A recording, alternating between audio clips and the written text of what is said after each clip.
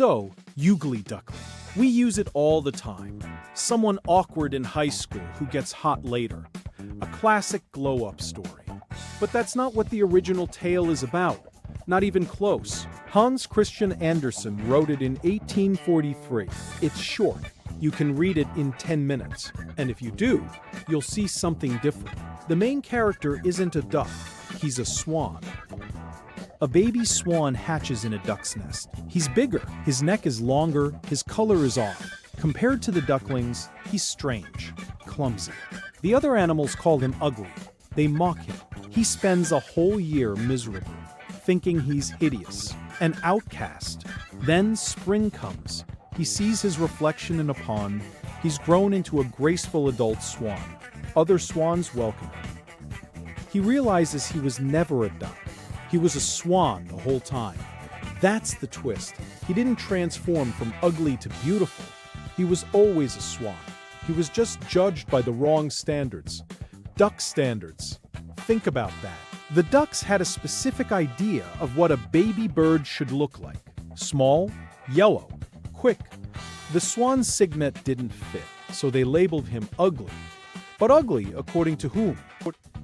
According to ducks. In a pond full of swans, he would have been normal, maybe even cute. This isn't a story about changing yourself. It's about finding where you belong. It's about misplacement. The phrase ugly duckling feels negative. It implies you start off bad and improve. But the story is kinder. It says maybe you're just in the wrong pond. Beauty standards work like this.